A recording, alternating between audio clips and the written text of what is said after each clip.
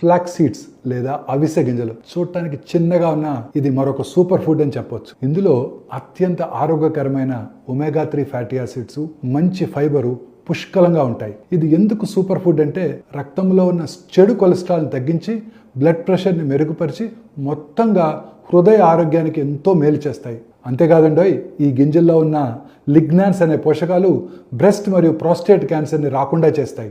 ఈ అవిసె గింజలు హార్మోన్ బ్యాలెన్స్ని మెరుగుపరిచి ముఖ్యంగా మహిళల్లో ఈస్ట్రోజన్ లెవెల్స్ని నియంత్రించి మెనోపాజ్ లక్షణాలు కూడా తగ్గిస్తాయి.